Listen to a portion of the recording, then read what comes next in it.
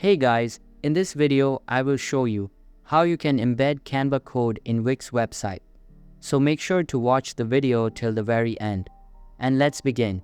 So here from the home page of Wix, I've just clicked on Edit Site, which has taken me to the Wix website editor. Now we want to open up Canva as well and load up our design, which we want to embed onto our Wix website.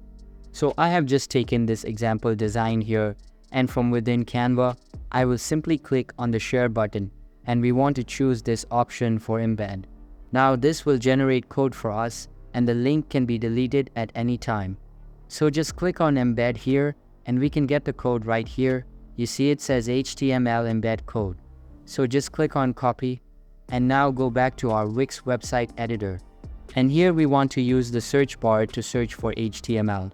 Then just click on embeds. So after we click on embeds, we will choose the option to embed HTML and it's going to generate a box like this. Here's where we paste our code. So I will simply right click and paste the code.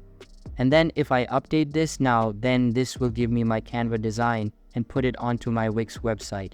So that's basically how you can embed Canva code in Wix website. So that's all for this video. Hope you liked the video. Thanks.